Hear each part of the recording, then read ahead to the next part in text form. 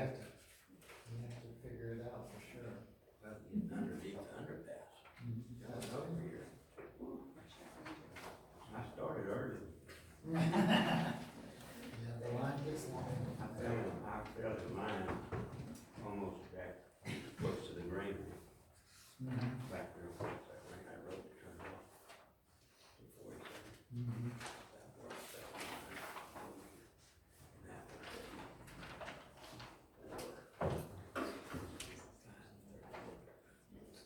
It's pretty crowded downtown. It is. I'm pretty fortunate that I don't have to take that route during that time of the day. Well, you ought to do it. I haven't done it though, I know exactly what you're talking about, I got caught through there.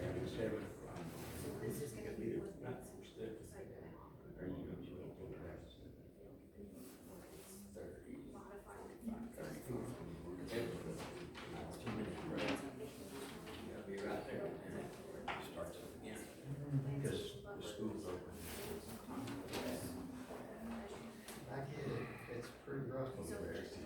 Ain't nothing gonna get fixed until something gets big. And my wife put it here. It's pretty done. Boy, yeah, Nothing gonna make it any better. bring up this gas station. It would be helpful. I don't really have a problem with it, I mean, I don't have a problem with it all, it's a private defense.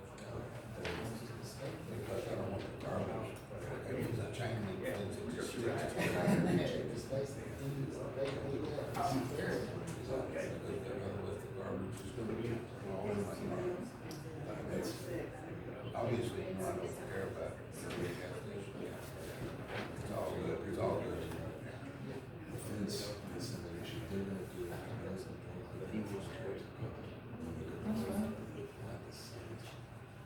Okay, well, I put it about supposed to speak, but I guess I ain't supposed to speak.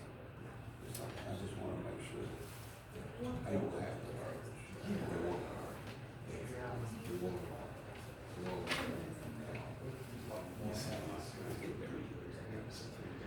But they, because I can't make sense. Yeah, I was. It's 6 o'clock, we'll go ahead and get started now. I call a meeting of the planning and zoning public hearing meeting on, 6 o'clock, December 2nd, 2023. Those wishing to speak to the Gerald Planning and Zoning Commission must complete the sign-in sheet prior to the beginning of the meeting. And I have a list here. Two of you have items on number 30, 3.3 and 3.3 and 3.4. Do you want to wait till that time to speak, or do you want to do that now? No, wait until that. So that Tom and Zach, Yeah, we can wait till it comes. okay, Thank you, sir. and Keith Bukowski. You wish to speak, sir? No, actually, I'll just wait. Well, you didn't specify your item, so that's the reason I'm asking We do need to know which item you're going to that speak you'd about. like to speak about. 3.2. 3.2. Very good. And an individual might speak once. The regular agenda item is announced for consideration and or when the speaker is invited to speak. So we'll move on to items 3.1, open public hearing to consider the request of Samir Utamaya, I guess that's how you pronounce it, I apologize if I mispronounce it, for a zoning change from SF1 to C2 with a conditional use permit to allow fuel sales at the 3.887 acre lot, acres located on County Road 1200, 305, Gerald, Williamson County, Texas. Planning and Zoning Commission, this item before you is the corner track at 305 and 307. Nearby uses include two single-family residential neighborhood, or single-family houses. We have the kid zone track on the west side of the road. That corner track is undecided as far as the use goes as of today. Sewer would be provided by City of Gerald, at which point the utilities become available. Water would be provided by Gerald Schwetner Water. At the moment, because it's SF1, we'd have to move it to a C2, and that opens up the opportunity for a conditional use permit for that sales, or for the fuel sales. With that being said, a conditional use permit allows you to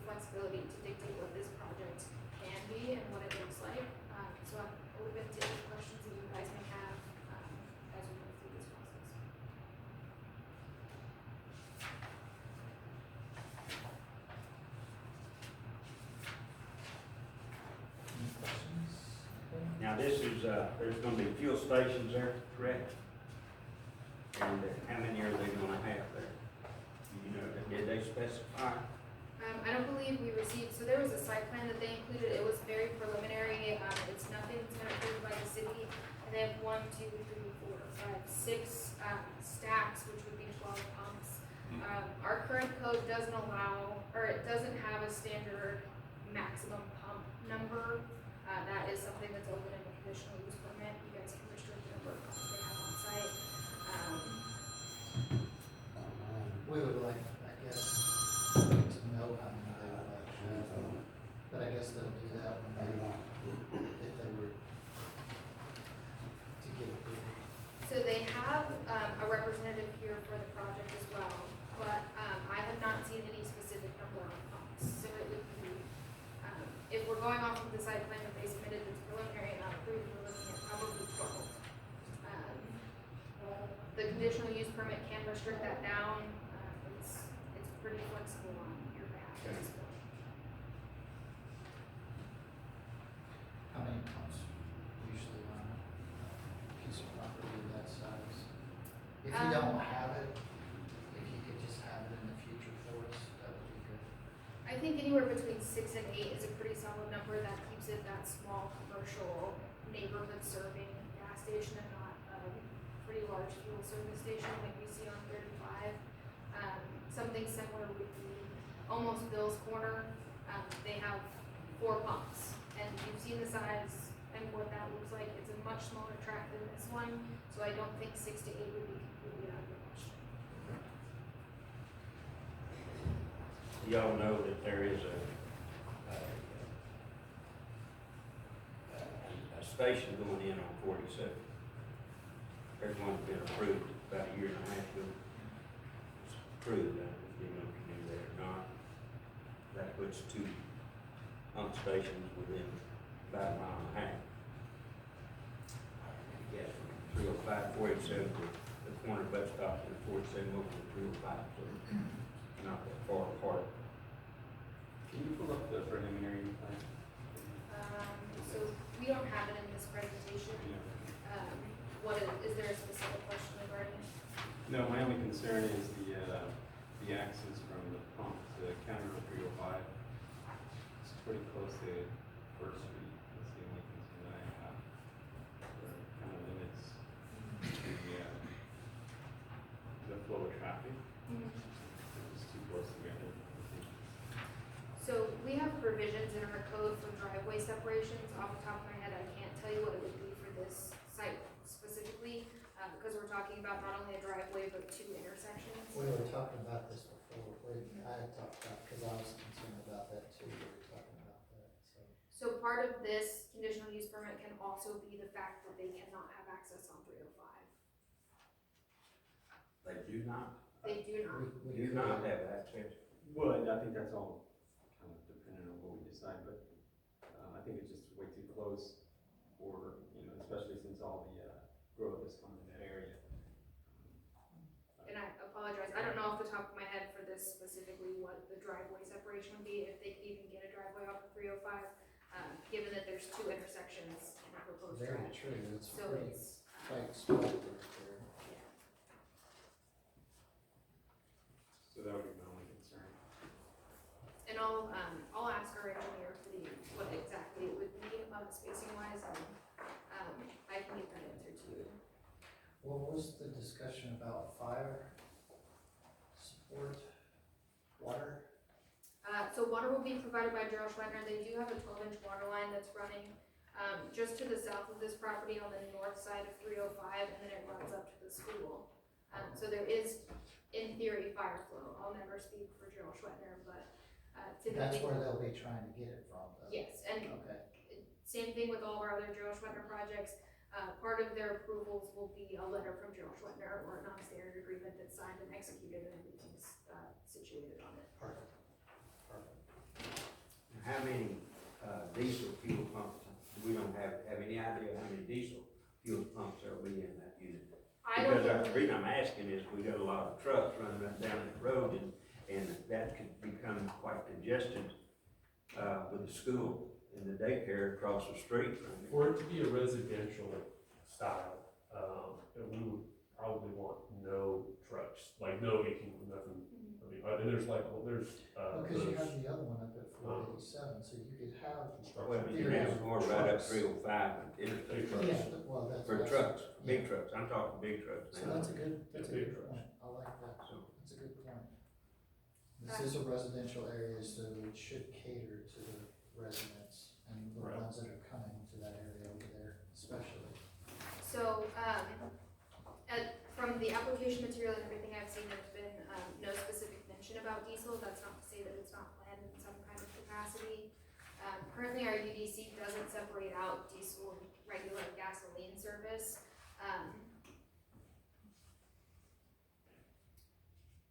So I'm not sure if it's possible to split those out in a conditional use permit, because our UDC doesn't specifically have diesel, it just says fuel service, it doesn't say diesel versus gasoline. I'm not sure if there's a preference. I think since we don't know if we can separate that out, the P and Z could maybe make a recommendation if that's something y'all are desiring to do. And then we can run it by our city attorney and see if there's any issues with it, since it will still have to go to council. And so we can make y'all's decision contingent on whatever our city attorney says, if it's legal or not to limit based on diesel alone. I'm good with that. Y'all good with that? I'm good with that as well. Yeah. Let's see, Tom, you're gonna be the are you the spokesperson for this? Yes. Do you wanna say anything or Yes. about any of this? We'll give you an opportunity. You didn't sign up to talk about it, but we'll give you. Since I'm a representative, do I have? No, you're fine. All right. You're okay. I just wanna make sure I'm. I wanted to make sure you wanted to talk about it. Yes, sir. Yes, Okay, sir. go ahead. First of all, this is going to be, that was, the site plan, it's not gonna be 12 stations, okay? It is more like a 4 to 6 station. It's gonna be a neighborhood, gas station. As far as the diesel, I don't wanna speak for them, but cars run on diesel. So there might be a few, something like that, but the setup is more for, even when it's designed, will be more for residential, vehicle traffic versus these big semis that are gonna come in and stuff. It's just not, that is not what the target is. Plus, it's, the site is 3.5 acres. He's, planning to do a strip center on part of it as well, so it's not gonna be a large, for 2 reasons. He doesn't want it, it doesn't make sense to be in that area to have a truck stop. Second of all, there's not enough truck traffic up there to really warrant that kind of expense to put that kind of stuff in. So this is gonna be really just more residential type, and nail salon, laundry services, that kind of stuff, just a neighborhood retail type facility. Convenience store, that's it. Oh, and I just, as a question for you, on the layout of the driveway access, I've seen layouts where they actually have a light in front of that. I don't know if that's something that could be a contingent or a requirement or what. I just, if it were to line up exact, don't know. I just thought I'd throw that out. And that would be something we would ask the engineer. It may trigger the need for some kind of, traffic light on. something, but that is definitely an engineering question, I don't know off the top of my head. Yeah, because we talked about that, because that was my concern with where the entrance exit would be there, and it's right there in front of that road. So it could easily be a light there at that point, but the question is whether or not it would actually get done. So that's. Or if it would be a requirement of the buyer or the developer, I don't know. So those are all things that the engineer will identify. Anything else for me? Tom, is this all gonna be built at one time, or are you No. gonna put it on stages? No, it's gonna be stages. It'll be the convenience store and gas station first. There's just not enough people out there yet. There will be, people out there quite a bit. But right now, it's gonna be done in phases. There's no need to build a, strip center, with the amount of the people that are in that area yet.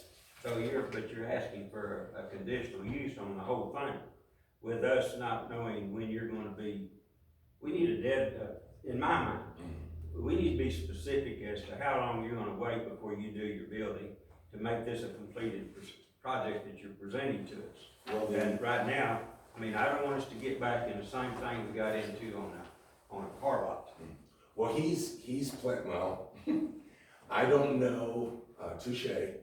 I didn't mean it that way. No, but that's, But I'm just, I That's a fair statement. I cannot, it's a fair statement, I cannot control the economy, and I can't control the buyer. I can tell you that he is already under construction on a site on FB Schwetner and 314, okay, which is on the east side.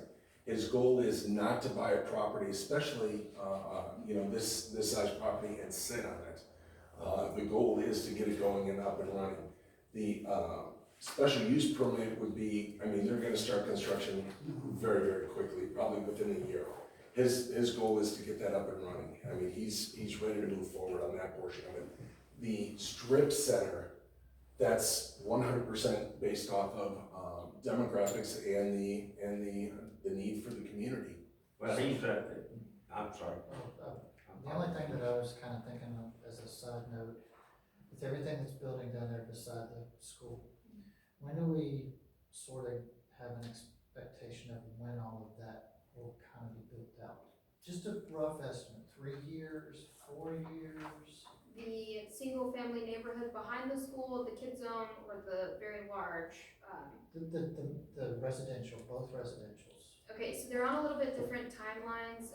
We are about to, hopefully by the end of this month, accept the infrastructure on the neighborhood behind the school. With that, they'll start selling lots and going vertical.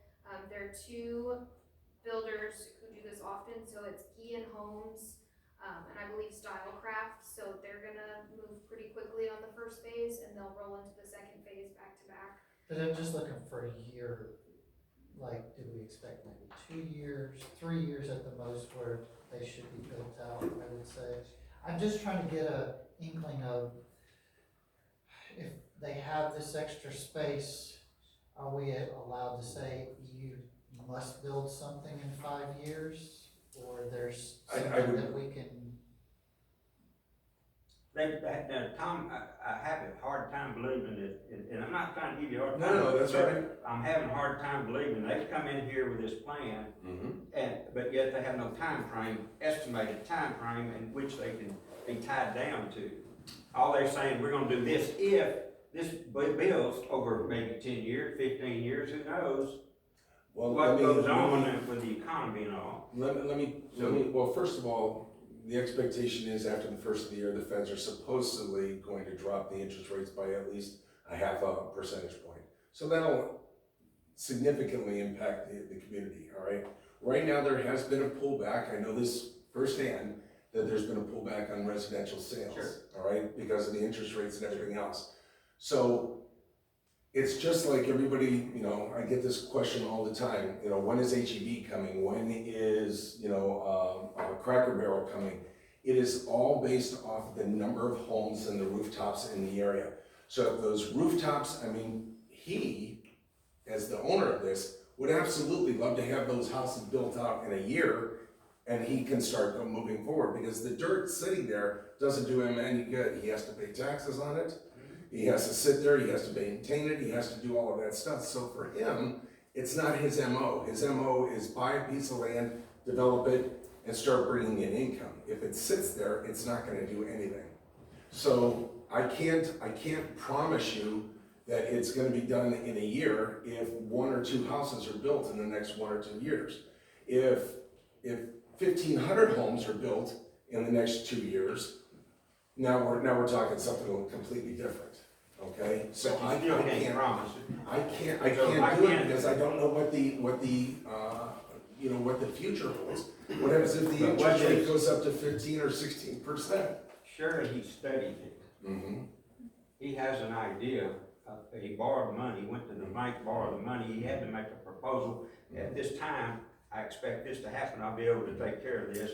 He could He estimate. has a better feel for it than you do. Correct. Because it's He's his told me. pocket that's being filled by. He's told me that he anticipates within 3 years, but I can't promise you that it's going to be those 3 years.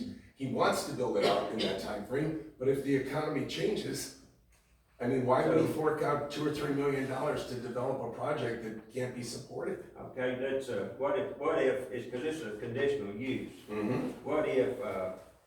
What if we, say, okay, we're gonna allow, you know, we'll, with conditions, we'll allow you to have, 4 pumps. Mm-hmm. Let's just say 4 pumps or 6, 2 with diesel Mm-hmm. and, 4 with, gasoline and, enough space for automobiles, but no trucks turning in and out of there. What if we say that in 3 years, you can put up your first one, your first phase 1 is your convenience store, but you got 2 more years to have that done, and we can do that. Is that unreasonable? No, I don't believe it's absent. And If what I'm hearing is that you want to have the gas station up and running within 2 years. that, within 1 year, As soon as it. because he's got 3 years to complete this project. I can 3 years, Tom. I can tell you that if you put it in there a year to start breaking ground, he can probably do that. Yeah, I don't. You're not gonna be able to get something built within a year. I mean, you've got engineering, we haven't even gotten anything approved yet. Engineering is gonna take at least 2 months. How long to go does it through. take for tanks to be? Yeah, you've got 2 months, you've got at least 2 months worth of engineering, and he's not investing any money in the engineering right now because he doesn't know if he has the permit. Once he has the permit, then he'll invest in the engineering. That's gonna take at least 2 months, and, all right, so now we're in the holidays, so if it was approved tomorrow, we've lost 2 weeks until the beginning of the year. Then we start talking about at least 2 months for the engineering portion of it. Then we're talking going through with the city, you know, the check and balance of the city, going and submitting that stuff, countering it, submitting it back. That could take at least 3 months, right? If I may, we estimate, these smaller scale commercial projects to make it through the process to get a permit to go vertical, it's 6 to 12 months minimum. It's a lot of engineering, it's a lot of back and forth, we have to work with multiple entities, multiple review departments, fire department has to look at it, General Schweitner will. We have to talk to our engineers about sewer, it's not as easy as pulling a single family house permit. Well, I just don't wanna see us get hung.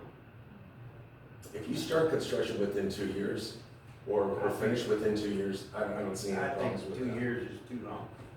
That's my If it opinion. takes, They come up here and they put houses in, look how fast they put houses. houses are completely different than gas stations, and she just said it takes 9 to 12 months to get through just the city. I give you 1 year to get ready. So Oh, you yeah, got so 1 it's- year to build it. Yeah, so that's 2 Okay, years. And then they give you 2 more to finish the whole deal. That's 4 years now. Okay, so let's make sure that I understand this. Okay, we get approved, we buy the property, or he buys the Oh, property. he hasn't brought it yet. No, because he's not gonna buy it until he knows that he can get what he needs on it. So he buys the property, all right? After he gets the permitting, it takes 6 to 9 months, or 9 months to a year to get through the city. And then he starts the construction of the project. Project can probably take, 4 to 5 months to complete. So a year and a half is very doable. You've got the convenience store open. Got the convenience store open, the gas A year pump, and a and half to everything finish else. the rest of it. That's the part that I can't promise you because I don't know how many homes are gonna be built. If you can promise me that the homes are gonna be built, well then, Well, he's looked into it, or he wouldn't be out there investing his money. I wish, can't say- David, I wish I had a crystal ball on telling you on when the homes could be built. I just can't tell He you. has to expect that the homes are coming, that's the only reason Yeah, he's that's wanting correct. that piece of property to build a gas station. That's correct. I mean, how? Gas how station many- and convenience and Yes, everything and else. how many residentials? Is it 301, and how much is in the other one?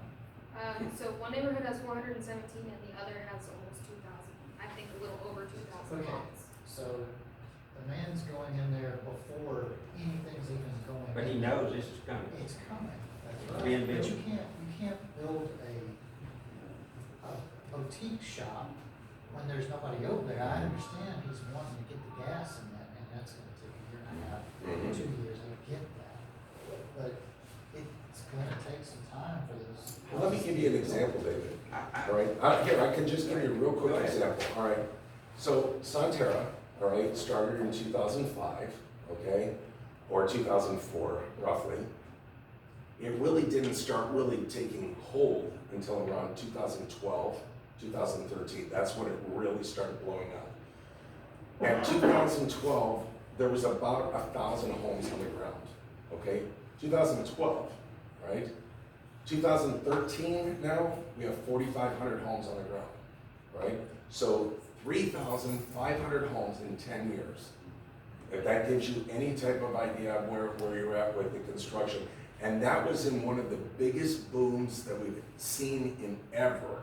I know, but I also know that Theron and all those had bought a lot of ranch country and paid for it, bought it. They didn't work, they were planning this. At They had 15 done their research, just like Cracker Barrel won't come in here unless there's so many homes here. That's correct. They are going to do their research, just like Dairy Queen didn't come in here until they did their research, and then they came in, boom, we got it. Mhm. Okay, you can't tell me that man sitting over here, he hasn't done his research and knows, why wait? If it's a good deal, why wait on buying that property? Tell me So why. what is your concern? Pardon? What is your concern? Well, I don't wanna see us hung and left holding and put in a convenience store and then not finish that everything else that was proposed. We're agreeing, if we agree to it. If we agree to 4 years, I think that's reasonable in that Jordan already told us that they could have everything done within a year. That gives you a year to break ground and start your service station and 2 more years to put in your retail stores.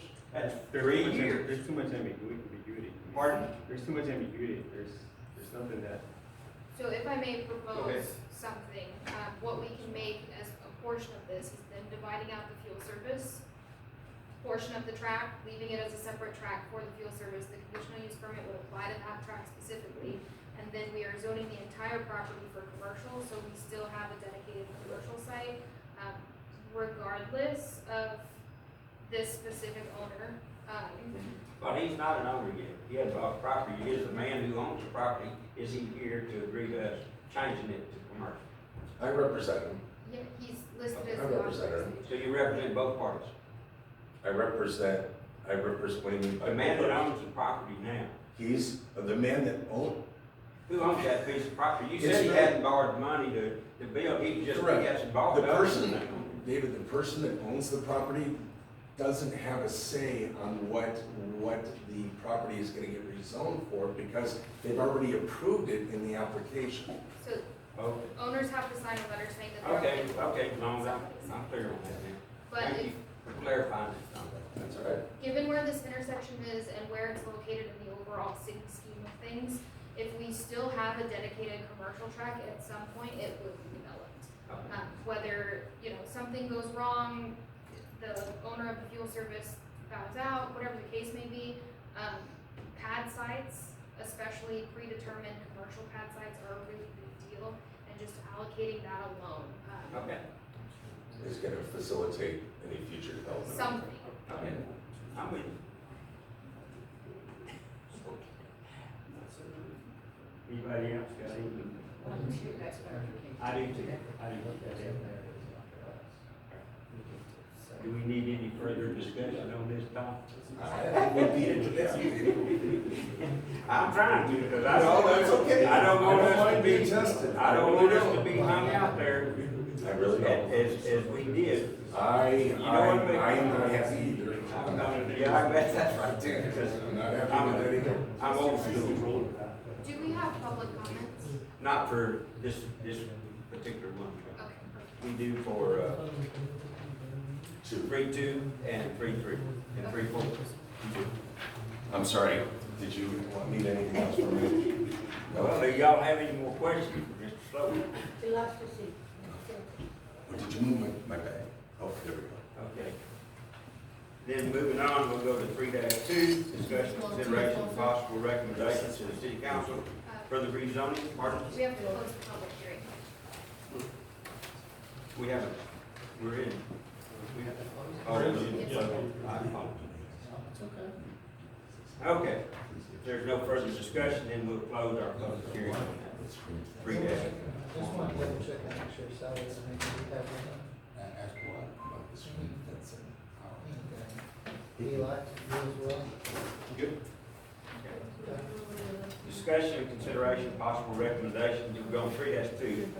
Discussion, consideration, and possible recommendation to the city council for the rezoning from SF1 to C2 with a conditional use permit to allow fuel sales at the 3.887 acres located on County Road 305, 1200 305, Williamson County, Texas. Is there any further discussion? For our recommendations to the city council, if we can make a bullet list of what we should put on it.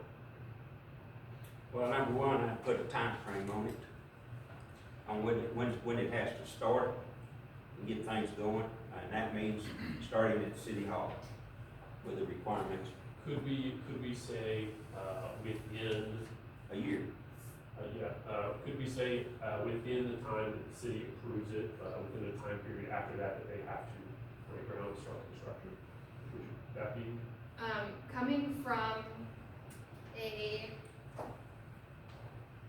so we can definitely, if everything goes according to plan and there's no major issues, we can in theory have a permit out in 12 to 18 months, realistically speaking, with engineering and site development and all of that stuff.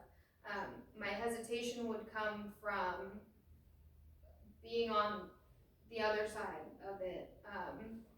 Some things don't go according to plan. If utilities aren't in the area, something gets pulled up, that timeline could then cost them their ability to do the project and have to come back and any holdups in the timeline could be detrimental to the process. I understand the intent, to have them do the project and everything, but when you start throwing timelines, that's where I get hesitant because things go wrong all the time.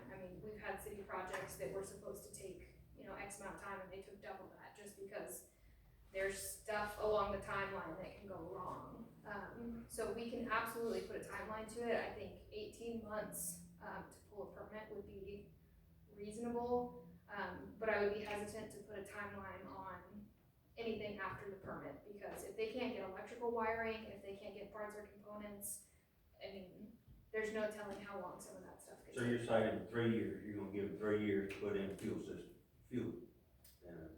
I would say I would put a timeline on when they have to pull a permit, but not restrict after the permit to halt. Because as long as they have I a would- permit, then they're gonna go.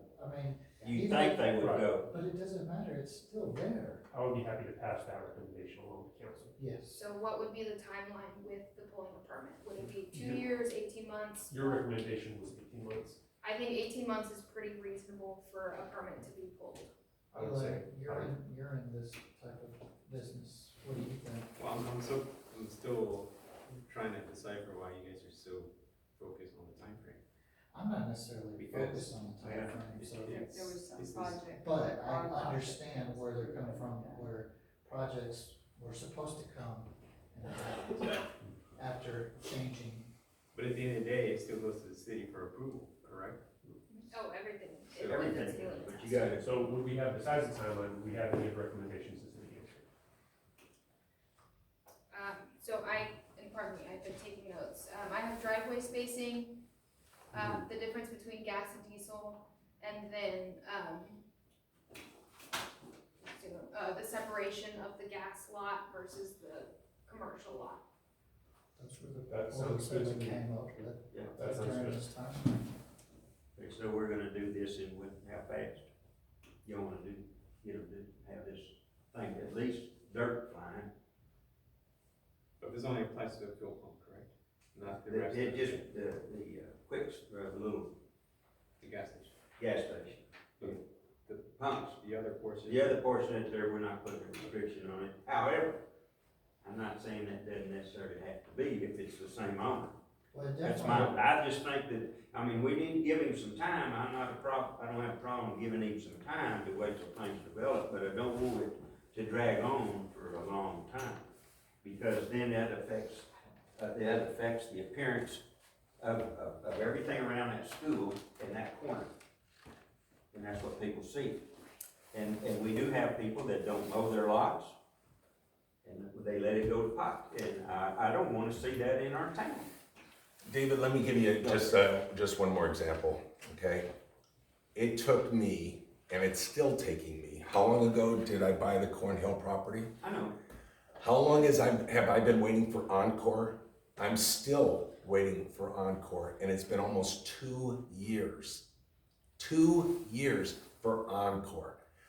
487, I have another project going on over there. It's been over a year of Encore because they don't have transformers, they don't have pole, they don't have this, they don't have that. That's all stuff that is completely out of the control I understand. of my client. That's why I think what we're going at is the amount of, when you start boxing the people in and they don't have control over piping, supply chain, they have no control over the city could drag their feet. Not to say that they would, but they could drag their feet. And then we're stuck, and he's already invested all this money into this property and they can't move forward. It's what do in you a think no-win is reasonable, Tom? For me, I like Jordan's approach. To pull a permit, no issues at all. But we don't know after that, we don't know if there's a backlog. We have a pharmaceutical shortage right now. I mean, we don't know what's out there. It could be a tank shortage. It could be just the rubber hoses, for the Well, I'm things that are just delayed. asking, I Yeah. understand. So I like the approach that Jordan is going. If to pull the permit, we have the intent, we definitely want to do this, we have the land, we're moving forward. But outside of that, Okay, but then, and I'm, Let me ask the question. Go ahead. So I don't Go ahead. focus. So once they get C1 and they start, when they pull the permit, that's when they get the C2, C2. So once they pull the permit, they're C2, or, No, when so we get through, at so city council approves. council, if council approves the C2, with the conditional use permit, that gives them the authority to purchase the property and start engineering, to which we move through the process of engineering, review, all of that good stuff. And then when they go to pull a permit, everything snaps into place. They're zoned accordingly, they've done the engineering accordingly, because it'll determine their lot design standards, all of that stuff goes with it.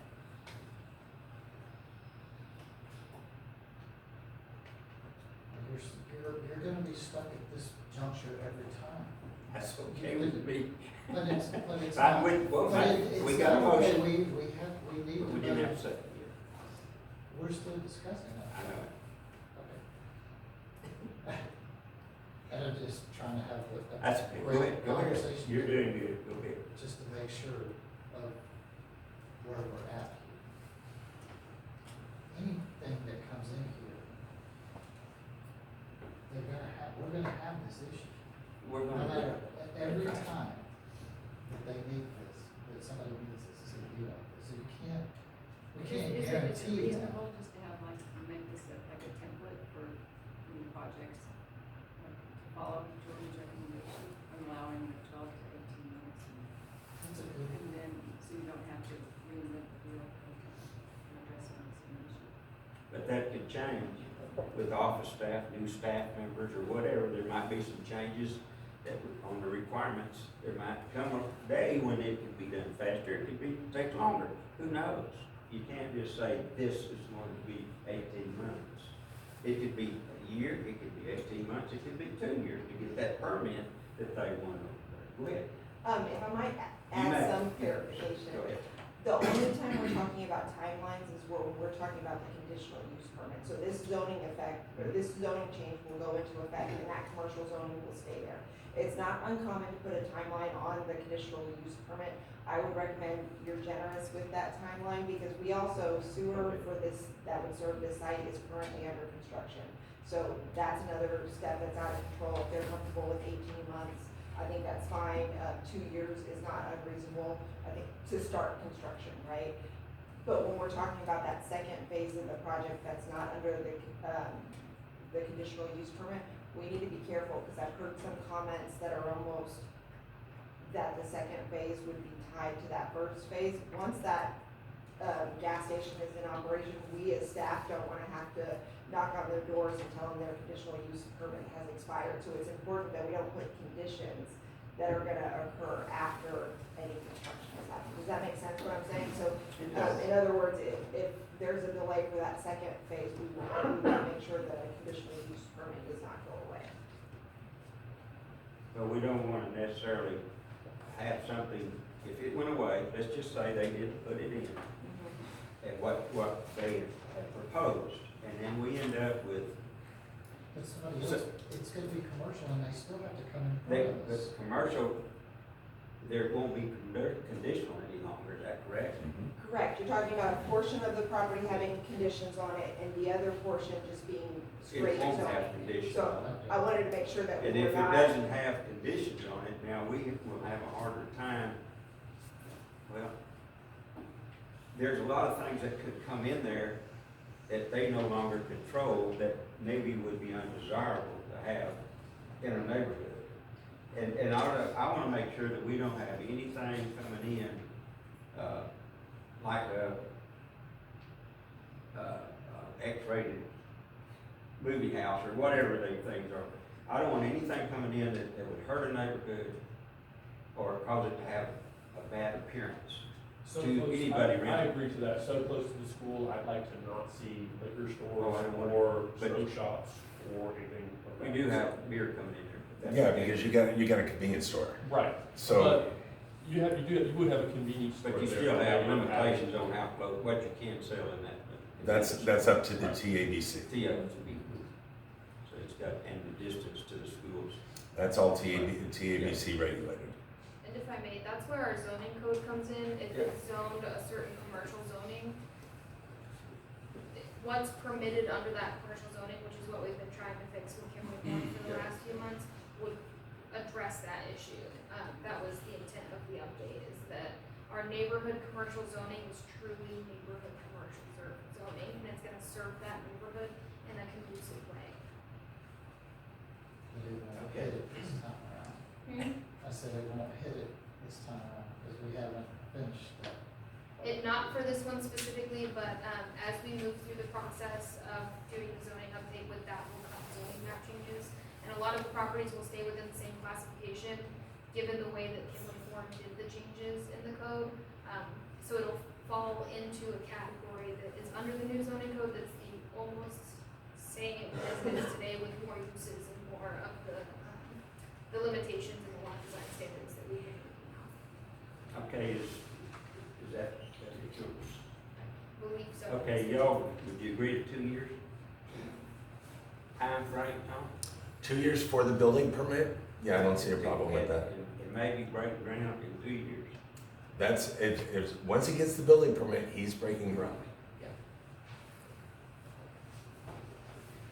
Was there anything With a additional? limit on the number of fuel stations. What you had written down in your notes, I think all those things we can, Uh. push forward to the city council, and I'm happy to close, You mentioned limiting the number of pumps. Is that something you'd like to include as well? Because I didn't have it on my original list. And how they're arranged at the fuel station, so it's very they're not, trucks aren't able to get in there. No to trucks. get We don't want big trucks in The there. big trucks. Well, I think when we do the limited number of pumps, that will solve that, especially given if we're gonna look They at. can't use the remainder of that 2.5 acres or 3 acres back there to turn the truck around. We don't want them to, it's there. Well, and if we look at the driveway spacing on the entryway off of First, essentially, I don't think a truck can make those turns. Well, they can make it to where the trucks can't make those turns. We can, I think that's something, whether they use big rocks to help I've seen them. beautify the entrance to help prevent those big trucks. I mean, they can make it to where only vehicles can get in. I've seen them drag rocks Well, around the they're- bank over there and drag, big rocks, Yeah, making the turn That's so their, they can that's stay their in that. problem. Anything Park else? out. So we can move on, anything else? I think that's all. All right, thank you. Okay, we have a motion, Yes, 2 motion. years or 18 months? what was it? 18 months, sounds good to me. We have a motion that, we give them 18 months and, For, With the permit. for the permit and the number of pumps. I have a whole list. Okay, Would you repeat it so we're Okay. fresh with it, please? So I have 18 months to pull a permit, split lot. We need to check with our attorney on the diesel versus the gas issue. Driveway spacing, let's see, limited pumps, did we decide on 6 or 8? Go with 8. I'm fine with I'm fine with eight. Beauty standards on the frontage and possibly restricting truck traffic through left side standards. That's something I'll have to talk with our attorney about as well. Okay. Is there a second? it. I'll do the same on that.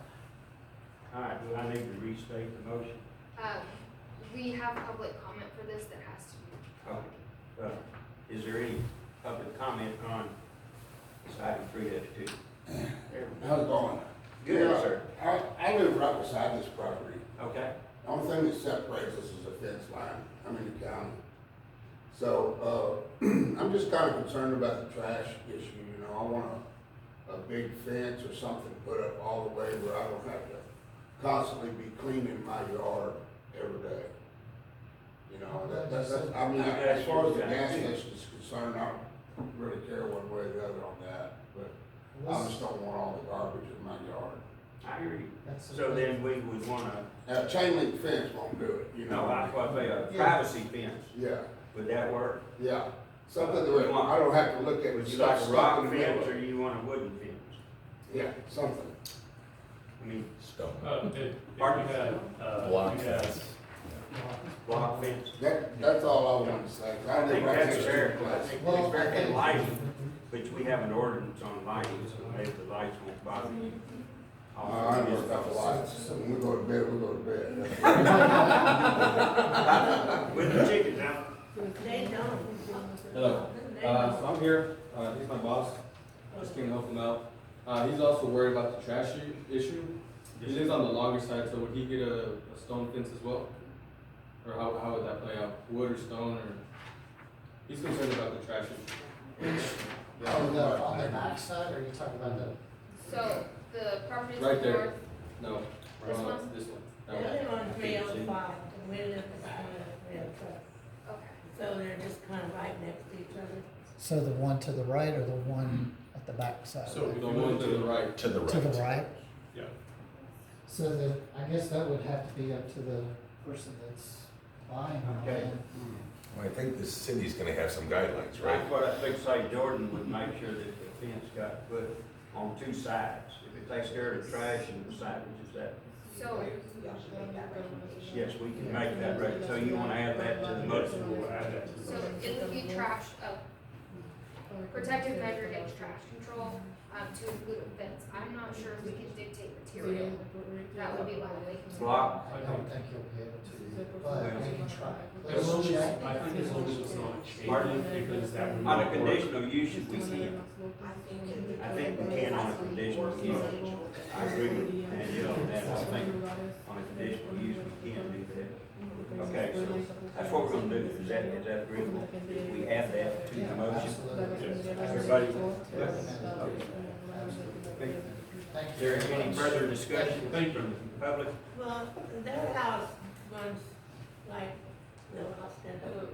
So our house runs down like this, their house is over here. In the back of the 5 acres, or it used to be 5, whatever, 3, and then we live on the side.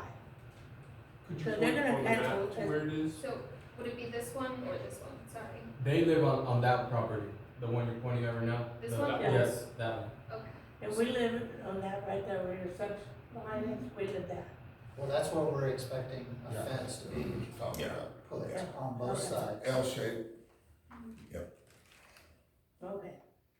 Would we be able to? I just wanna make sure we don't catch all their trash. Dictate height? Right. That's my. 6 foot? height.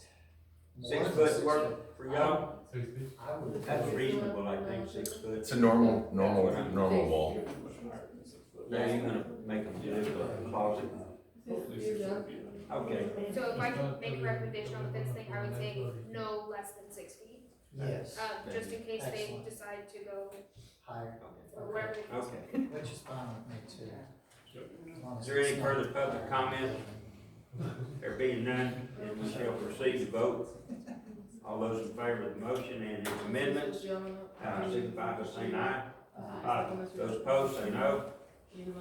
The ayes have it, we will, change the zoning to a C-2 conditional use with those recommendations. Okay? Alright, moving on to items number 3-3. We have an open public hearing to consider request for a quick trip for a zoning change from AG to C2 with a conditional use permit to allow for fuel service and truck parking, as well as a variance to lot design standards for signage at the 5.66 acres located on the corner of I-35, County Road 313, and F.B. Schwettner Road, Gerald, Williamson County, Texas. So this is open for discussion. Do we have any representative? Yes, sir, that'd be me. Hi, from Where do you take? Welcome back. Thank you. Yeah, glad to have you back. I appreciate it, thanks so much. No, so, Okay. really quick, on this track specifically, so we had done a workshop previously. Water, again, will be provided by General Schwettner Water. At this point in time, there is no sewer in the area, it will have to be septic. Sewer plans maybe 5 to 10 years out, depending on. 5 to 10 years, as far as the city providing sewer. So where it being available at all in that Okay, specific. so they could put in our own septic system. They can, and we have agreed to allow them to do that, given that we can't provide sewer. So that could be less than. Do you know where you'll have the sewage pipes over there? Not as of today. We're working on a much larger regional approach to that area. We have some existing agreements, to run some lines, but, it's just not there today, and I don't know what the timeline will look like, because a lot of it's private. The private market is doing it and dedicating it to the city, so I can't. But it's just my curiosity of them being able to hook to the sewage when it's readily available. We will make it available, when we get to that point, to those who need it. It may not be all at one time, it may be a phased approach, but whenever we run new pipe anywhere, we try to get as many people tied into that as possible. Well, I'm thinking about requesting that they have to hook up to it when the time comes that the city is close to be able to have that connection. I believe in our ordinances, and I would have to look through them again, that we have a stipulation that says if it's within a certain amount of feet, they have to. Okay. Don't quote me on that, I but understand, but even at that, even if we don't reach that, whatever that is, we could request to make sure that they do, instead of using a septic tape for how many years? there could be some verbiage in the conditional use permit for that. My concern would be, overburdening a future, I don't wanna say owner, cause obviously they're gonna own it, but a future person, because if the line is, if you say, if it's within 1,000 feet, you have to attach to it, you have to tie to it, that can be a very costly project that could, we're talking about getting easements and possibly right of way, we're talking about all the construction costs, all the piping. At that point, it could be an overburdensome project. So if we do make a recommendation on size, I would request that it's something more feasible or more economically responsible. So, 200 feet, 300 feet, that's something that, okay, but if we go much over that, I would be concerned about the cost in the future. I mean, ideally, we would like sewer versus septic. Quick Trip has found that it's a much better option to have sewer or septic. It's just a situation where 5 to 10 years out, we wouldn't want to sit on this particular plot of land for that time to wait for sewer to be there. So we're in sort of the situation that we are currently in, where we have to proceed with septic if we were going to do this location. And I think. Oh, I totally understand, I get why you have to do it. Sure. That's not a problem. I just, eventually, we will have sewer lines over there, I don't know when. Yeah, I mean, Mr. Aller, that's a great point that I would definitely look into further on whether or not that's something we would be wanting to entertain anyways. Like, that might be something we would initiate because we've had septic failures and, on certain things anyways, at sites that we you know, we spend a lot of our own money, going back to our sites that have septic, repairing septic. So you know, that might be something we initiate on our own, to be honest with you. But I would have to go back and look into it further, and I couldn't 100% say that my choice on that's the choice, but that's something we might look into. If you all made that requirement, I'm confident that Quick Trip would be more than happy that at the time the city brought sewer within, say, 50 feet or up to the property line, so we don't have to get an easement, that Quick Trip will then pay to connect to it, because we have maintenance costs every year that goes in maintenance of it, and you guys built that line, and the best way to keep your rates lower is to have the users who built it for it get on. So if that was a request, and we had like a year to connect to it, so we can move things around, you don't have a problem with Quick Trip. Okay, so you're saying that there is, I mean, yes, ma'am. I do wanna add to this conversation. We wanna make, the correct place to put this is in an overall ordinance, because once this, conditional use permit is issued, one, we don't, if they for some reason can't comply, we don't want to have to shut them down after they're already operating. And we also, once they're built and constructed, that conditional use permit, it gets filed away, we're not gonna be checking it. So the odds of staff, 5-10 years from now realizing, oh, this was in their conditional use permit, is just not likely. So again, the place to put that is in an overall ordinance that people have to connect once it gets to a certain thing. But I wouldn't be comfortable putting that in the conditional use permit, because I think it's setting us up for failure on it. Yeah, It's a long ways out. to circle back on it, that's something that Quick Trip would look into anyway, so I think that your concerns would be addressed also. Sounds good.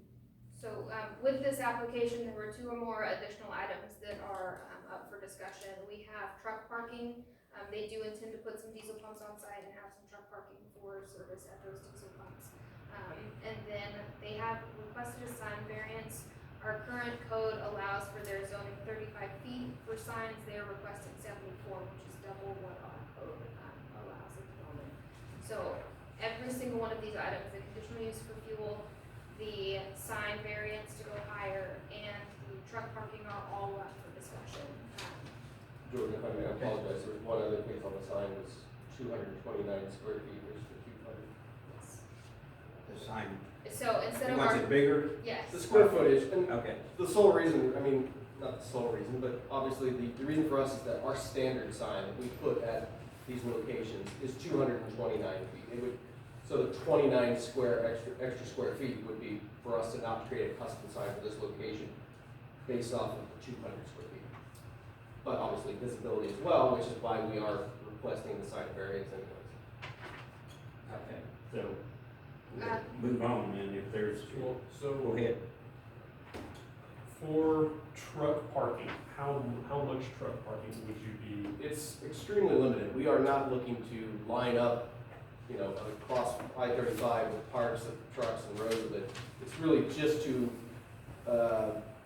accommodate the individuals that are coming in to fuel their trucks, get out of the way for the next individual to come in. If they would like to come into our store, go to the bathroom, get a sandwich, get a couple drinks, and then go on. It's not designed as an overnight parking location.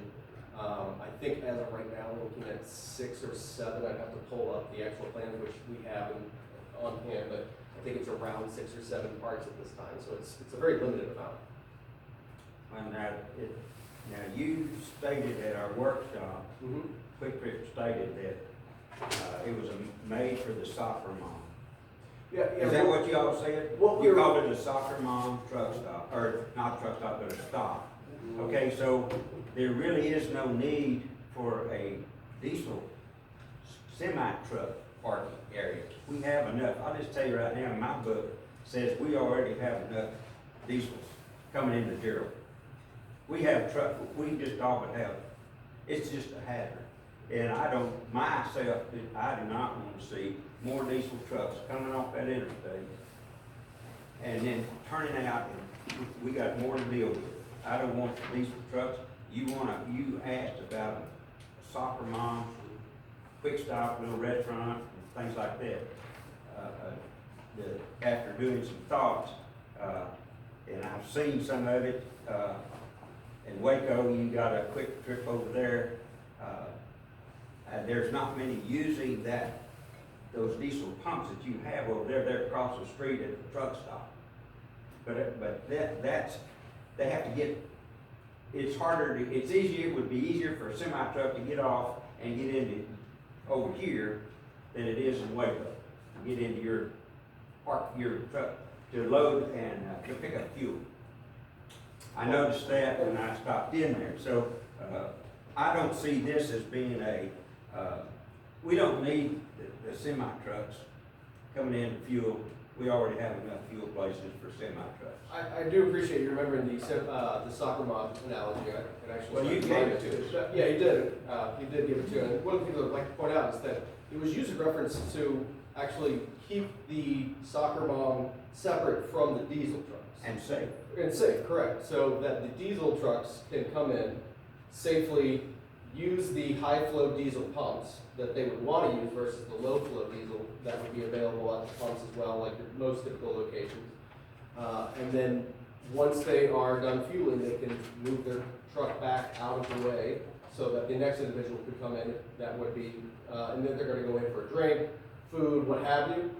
And so you're separating your customer base to the soccer mom, and then the individuals that need the high flow diesel, like the semi or pickup trucks. I don't think you need your high flow diesel pumps there, myself. That's just me Did you say talking. six months? No, 6 parking spots, yes. I believe 3 or 4, I have to look at it, yeah. It's minimal.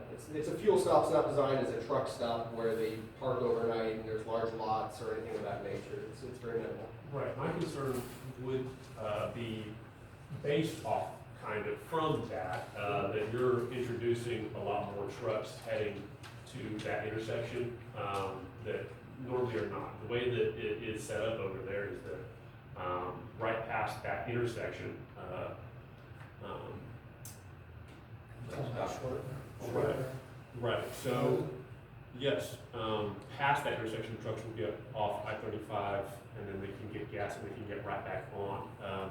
Going to this, like, I guess it's more a problem with the location, I guess, of trucks being introduced to this location. Although it is, like you said, it's in a small amount, that you're not bringing in a lot of trucks. My only concern was that, you're gonna be adding trucks to that intersection right there, which we don't have so much of right now with the current layout of our traffic.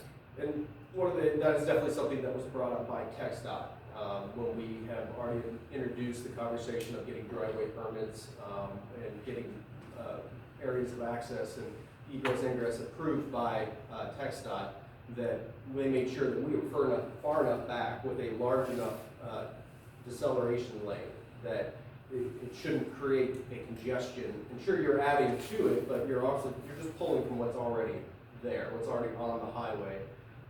And then that location where they're coming in on the back end, which there's a long lead time, I believe it's over a mile, where they would have to actually pull off and then come into the back edge of the site, go back onto I-35, and then cross back and get back onto the highway the same way that they would at the other truck stop that I think you're referring to on the other side of Schwetner, or Right. 13. So you're not gonna have any exits to the Schwartner Road?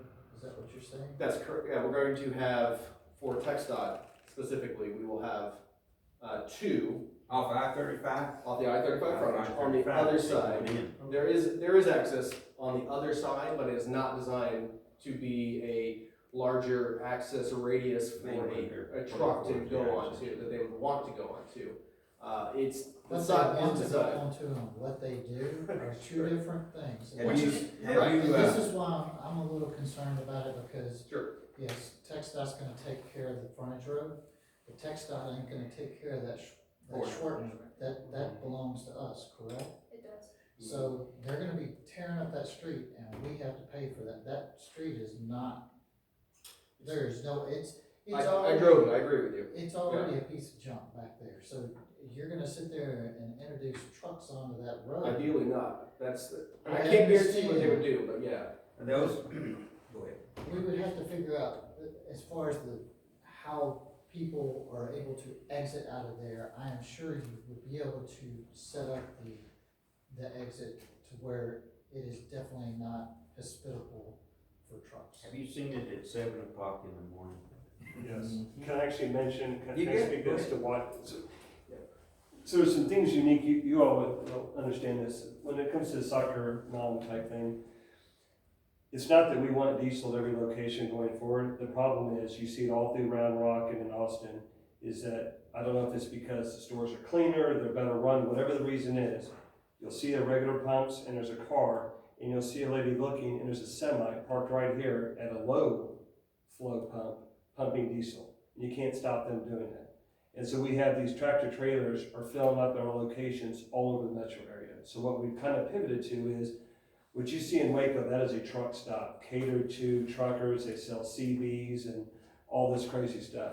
This is not to that. All we're trying to do is, because we know there's already a lot of trucks there, we don't want to open up a C-store and then you all go, man, we made a mistake, because every time I go there, there's semis parked at all the diesel pumps trying to get diesel. So what we're attempting to do is separate that to the back, make a very small offer, make it to where they're not inclined to stay the night, they're not inclined to, like Paul said, they're there to fill up, back up, go inside, fix their sandwich and get their subs ordered, and then hit the road.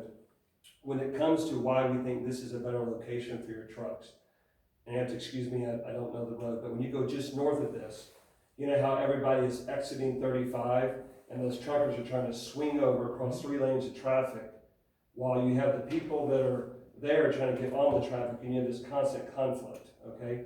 So those truckers, one thing truckers do not like is they don't like cars. They don't like automobiles because they just run right over them.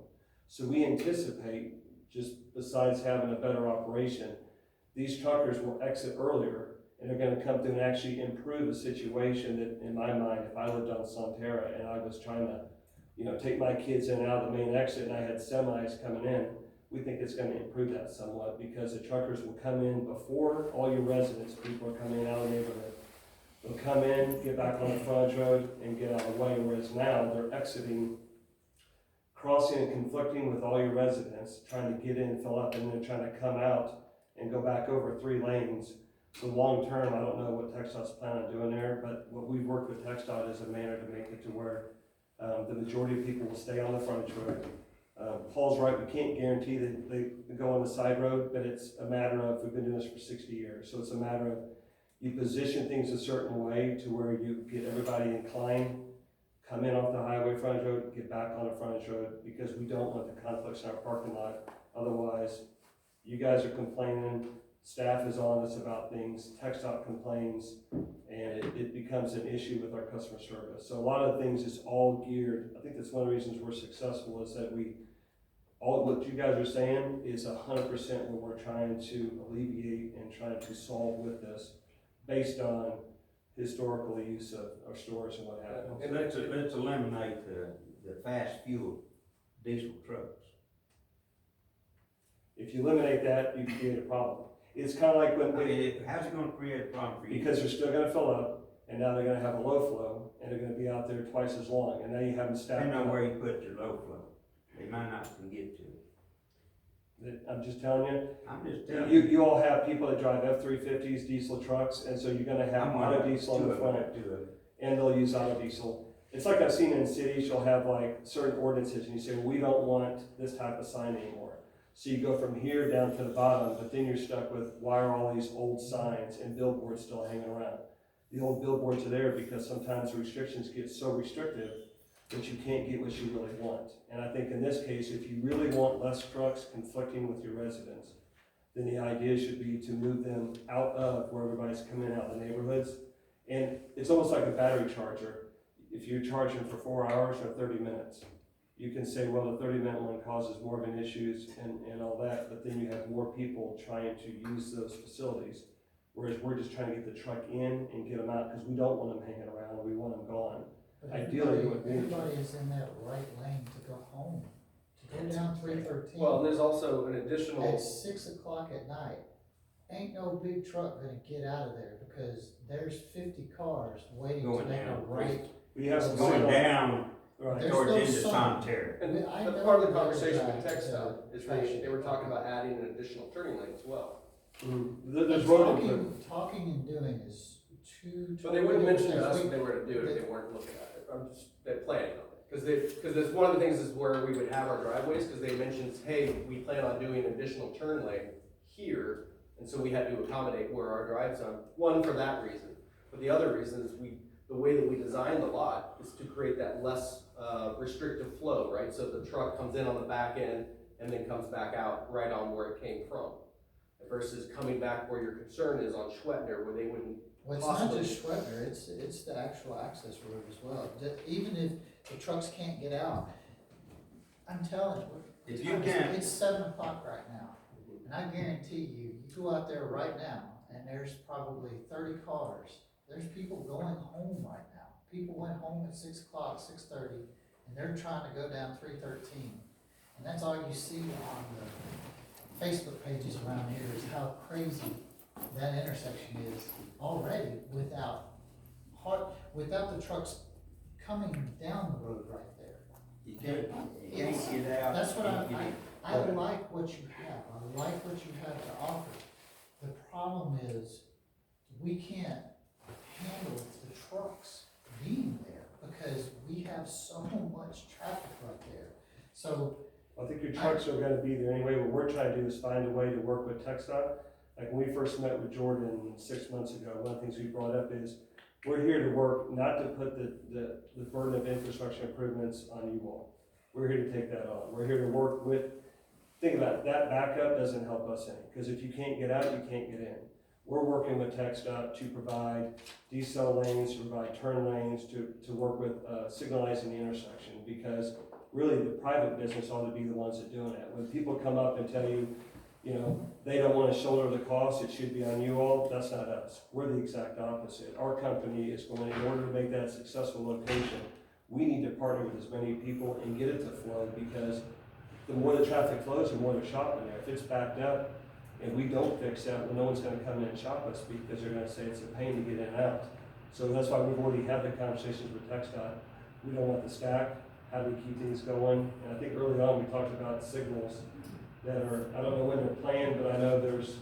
So signals at this intersection are on TxDOT's project list for the next upcoming, they do signals kind of weird, so essentially they know all of the intersections that need signals, they pick a chunk of them, and then every year they release them as projects to be done.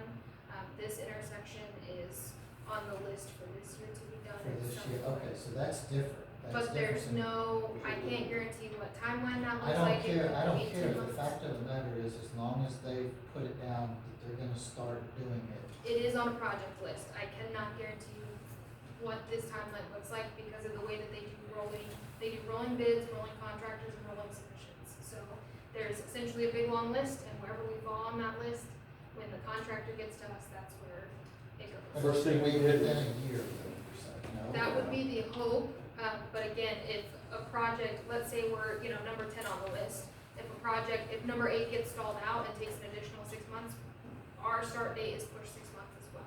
So there's no set timeline. I think we get like a 30-day heads up, and that's really it, because it is a fully TxDOT facility. We won't get much notice. They're just gonna pull the trigger. I will say, I had numerous conversations with TxDOT about this location, and one of the things they did point out was the fact that it is going to be signalized. Yeah. And one of the other comments was about the turn lane to make sure the additional turning. Because you're right, I've seen it backed up, not exactly the hours you talked about, but talking about that, adding that turn lane and signalizing should definitely mitigate a How lot of many, that. have you been to Williams Drive off I-35, where they're putting in, redoing that overpass there? Mhm. How many semi trucks did you see heading north in that 4 lanes? Coming from Highway 29 all the way over, you don't hardly see any semi trucks going either way, north or south, on I-35. And they got Dairy Queen right there on going north, south, and you can't even hardly get in there in a car or a truck. Right. The semi trucks, you're not gonna get a semi truck off that I-35 and into your deal to your pump and then back on I-35 without going to 313. You go to 313, you're gonna have traffic hung up. So You why won't would get you, out if you that were a truck. truck driver, not to argue with you, why would you go to 313 when you could? Well, what's that straight across there towards Valero, Tom? Just go straight across. What's that? That's real 313, isn't it? Yeah, 313 is where Valero That's is. right, it's 313 that runs. Right, east and west. Yes. Correct. Right, so why would you as a truck driver, you came off I-35, you're headed to DFW, why would you head out and get on 313? You hit the on-ramp You or the would- off-ramp, You would, you go in, right, and then you exit. You could go to 313 and make a left across 4 lanes of You- traffic, or you could get right back on the frontage road, go to the light. you're not gonna get right back on the frontage road during our peak traffic hours. In today's environment with this 4-way stop, you're absolutely right. But it's a 4-way stop today. Tomorrow, a year from now, it's a signalized intersection. It flows, it flows like any other intersection. You hope that it gets done this year. I would tell you You this. hope that We're it not works. building this, we're not gonna build a store on a 4-way stop, okay? Because the whole point of us doing this is to be part of the improvements of the intersection and to be involved with that. That's why we're having the conversations. First time we met with Gerald, that's why we're talking infrastructure. That's why we meet with TxDOT infrastructure. We're a little bit different than these other companies that come in and they just say, well, look, I've been in here. People come in and tell you, well, when the light comes, it's gonna get better. We're telling you, we're trying to get people, we're offering to pay for the infrastructure. One of the things we talked about with the septic is if the city was, it's gonna be about $1 million to build septic, okay? QuickChip would rather contribute $1 million towards the city of Gerald, bringing wastewater to the site, spend that money there and hook right up if it was possible. That's one of the first conversations we had with the city. Those are the type of investments we're gonna make, because all these other people, they're building businesses, they can't give you deadlines, and they're telling you they're gonna end up selling these businesses in the future. I've got 30 years at QuickChip. Paul's got like 15. We don't sell stores and we don't franchise. And so when we build a store, this is a permanent thing we're involved in. So we're not gonna monkey around with how do we save $1 and stick to a stop sign. So So what's the big deal about not putting high-flow diesel pumps in there? the trucks are still going to use the pumps. And so they're either gonna use the pumps and get in and get out, or they're gonna use the pumps and be there 30 minutes, parked to the next lady in the minivan. And so our job is to get them out of there, because the lady in the minivan, she doesn't wanna go in with her kids and buy pizza and grilled cheese sandwiches inside when there's an 18-wheeler rock hauler parked next to her. In an ideal world, we didn't have rock haulers, but for whatever reason, we have them, and they're everywhere, and we got problems in our stores. The other thing is our driveways are only 35 feet wide, so when a rock hauler comes up and they're parked there, that trailer's backed up, it's blocking the whole drive. It cuts the whole circulation down. So the key to that, what we found, is you spend the extra money, you separate it to the backside, you make it to where it can handle diesel, but you get them in and you get them out. The 3 pumps, what is your capacity? Are they always at capacity? So what's that? With your 3 pumps, are they always occupied? You know, that, I'll be honest, You don't that have, is a case by case. I would say that the amount of diesel we're adding, we should not be that way anymore. We have Salado that's under construction. We have opened up one in Pflugerville off of Grand Avenue, because the problem is, they're getting filled up. And I don't wanna knock anybody else in the business, but the problem is, for whatever reason, everybody wants to come to QuickTrip. So that's got its benefits. The downside of that is now we have to plan for extra parking, wider drive aisles, and we get into some arguments with cities that they want a minimum or a maximum 27-foot wide drive. Our minimum is 30 and the preferred is 35, and people say it's not needed. It is for QuickTrip because the circulation. Our parking spots are a full half foot bigger than everybody else. We've had cities say we need to reduce that because that's our requirements is this. Paul and I fight those cities. It has to be 9 feet wide. And they say, what's the big deal? Because when the car door opens, we don't want to bang into the next car and people are getting in and getting out. So everything you see is, even how many times have you guys been to a site, a store, and you see where people back their trucks up and they hit either poles or they hit something, they run over bushes? QuickTrip, every single thing is spaced to where your truck, you can back it up until your tires hit the back of the curb and you're not hitting the shrubs, you're not hitting the trees. I don't know why other people don't think of these things. QuickTrip figured it out, and it's like, it's not rocket science, but every single thing we've done is all in a manner to make it to where a certain group of clientele, predominantly the soccer mom, can go in, but then the guys can come into and get what they want, and there's not a conflict. That's why the bathrooms, most of our stores are on 2 different sides, because women don't like being by the guys, because they've always got something to say, or they're looking or doing something crazy. We separate everything. Everything's meant for a certain customer service deal, which is hard to tell you on a site plan or an SUP hearing that these things are very important to us. He mentioned the sign. The reason the sign is so important is how many times have you gone by, seen a Walgreens, the W is bright, the rest of them are faded. The V and the C is faded, but the C and the S is lit up. I always wonder, why don't they just replace the signs? All of our signs are on you never see a faded sign at Quick Trip because they're always on this rotational period to always get replaced. So we fight for exact signage at every store so that then when the wind comes in and blows the signs out, Quick Trip's the first one to replace the sign. Why? Because we have the exact same sign.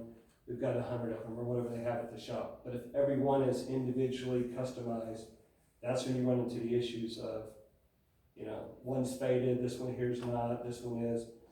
Everything we've done is to make it to where you all will come back and tell the next group, do it like Quick Trip did. Want your landscape like Quick Trip, want your layout like Quick Trip. It truly is. And Waco is, again, that is a true truck stop. That is not what we're doing here. So what you see there is, I think it's on New Cut.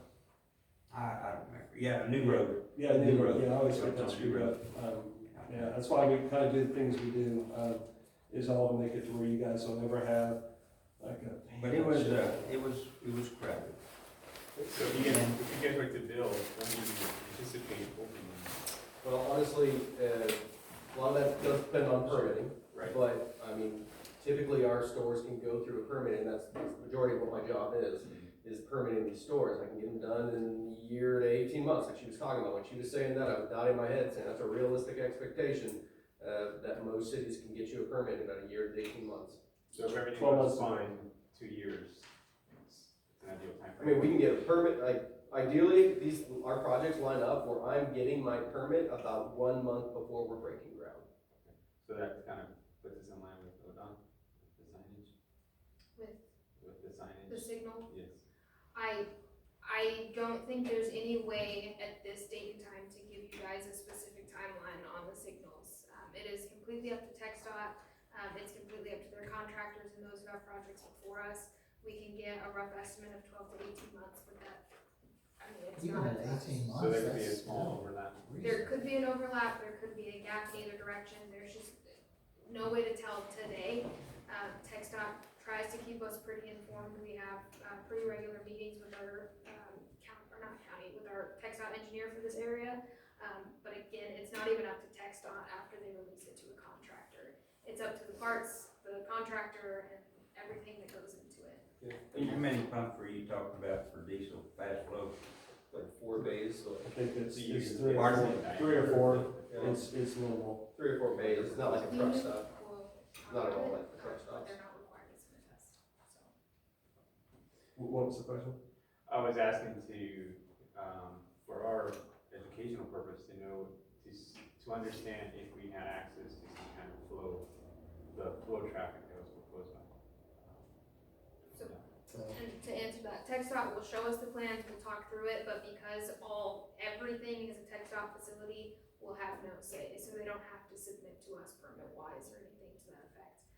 But that's where our relationship comes in handy, and, you know, they'll, in theory, show us and say, hey, you know, this is what we're planning, this is what we're intending. Backing back on the light conversation, I will say that when we had our conversations with TxDOT, we identified this as, hey, this is something we would like to have signalized. They said, this is already on the list to be signalized. So we came to them with this notion of, honestly, the 4-way stop is not the ideal situation for us. It is the signalizing. And they called us off and said, hey, listen, this is already on the list to have it done. So. We have a certain relationship with TxDOT because I was there yesterday. every store we do, we were meeting with Same guy. JP and those guys. Every store we do hits a TxDOT road. And for an example, we just opened a store on Interloop. There's a guardrail, and it's getting hit by trucks coming up. So TxDOT asked, hey, can you guys look at this? Because now that you've dedicated to us, it's our problem. And we've promised to them that, hey, we're not going to leave a burden on you all. We've taken pictures. We're going back to redesign part of this. We're going to come back and fix it. And so they know that we take care of things, and we're there to help improve the situation because they have limited funds just like you all do. So a lot of these things, we work with them in very good partnership. And that's why every store you see either is the Bell County office by the Expo Center, the Williamson County office, or the Travis County office. We're in there probably once every 2 or 3 weeks. There's a store that I'm currently, it's under construction, that's also one of mine as well, that I permitted, and it is a very similar store to this, where it's minimal fuel pumps for, diesel in the back, and, you know, a double stacked 8 in front, very, very similar. And we went in with TxDOT and said, you know, the road improvements currently need to be improved for us, and so we widened restriped it, and we're going to add, additional light arm. So, I mean, honestly, the safety and the access and the ability to get in and out of our site is extremely important. Getting in is important, but just getting out is important too. The last time you go into some place and you're like, oh, it's such a nightmare to get out, how often do you want to go back? And that side road, we'd like to figure out a way to partner with Gerald on how can we help get that improved? And it's beyond this meeting, but things we've done before is we've done the improvements, and then our property, instead of raising your property taxes, we've gotten some of our property taxes rebated back to us to offset the cost of the road, to where the total costs and improvements are all done by the private people. So we try to do everything we can to make it to where we're not hitting the city we're in, hitting them for any kind of expense, because you do something for us, that could have been a sidewalk at a school, that could have been something at the park. Why should you spend your guys' money on something for us? It should be the other way around. I definitely worry about that shortening road back there, and I get it, there's no guarantee of when That's the where the signal. road can't have it. Huh? That's where the road, no way to have it. I know, but if they're going to help with that, then that's perfectly fine. I mean, I love Quick Trip. I think that it would be fantastic for Gerald to get a Quick Trip. Yes. What we're having an issue with, I think, is the location. And the Traffic, right, so the traffic is, where, phenomenal Today, right, but ideally in the future, it would be better. well, there's gonna have to widen that whole access road.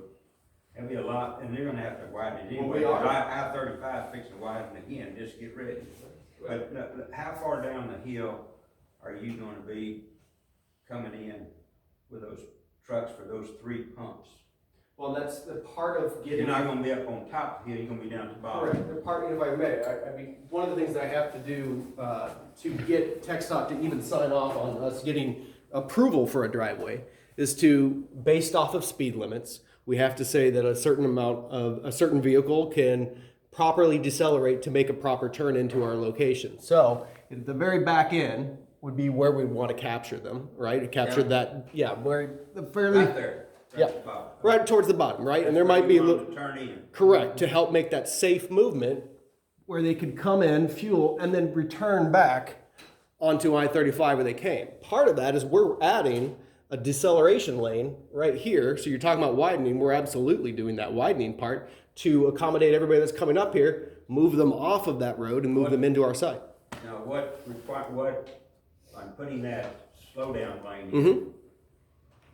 All right, is this gonna be semi-truck, developed for semi-trucks? Well, it's developed for fixed auto- slabs and rebar Oh, and everything. we have to- don't have to. We have to adhere to TxDOT standards because part of that is that we have to donate that at the end of the process. We actually have to donate that to TxDOT.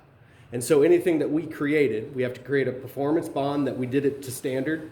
And if we didn't do it, we'd have to do a payment bond that said we didn't provide it.